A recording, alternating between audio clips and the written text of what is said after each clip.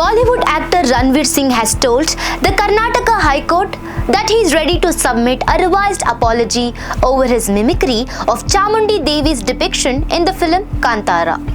The matter came up before Justice M. Nagaprasanna on Friday. Ranveer Singh's counsel, Senior Advocate Sajan Poovaiya, informed the court that the actor is willing to file a revised affidavit of apology. He said this would address concerns that the earlier apology was not genuine. The lawyer also told the court that Ranveer Singh had already filed an affidavit expressing regret.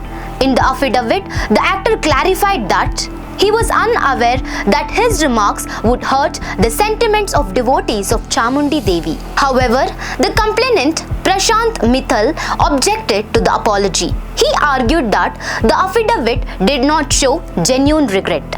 Mithal also told the court that Rishabh Shetty, actor and director of Kantara, had clearly advised Ranveer Singh not to mimic the depiction, but he still went ahead. Following this, Senior Advocate Sajan Poovaiya agreed to sit with the complainant to work out the wording of a fresh apology affidavit.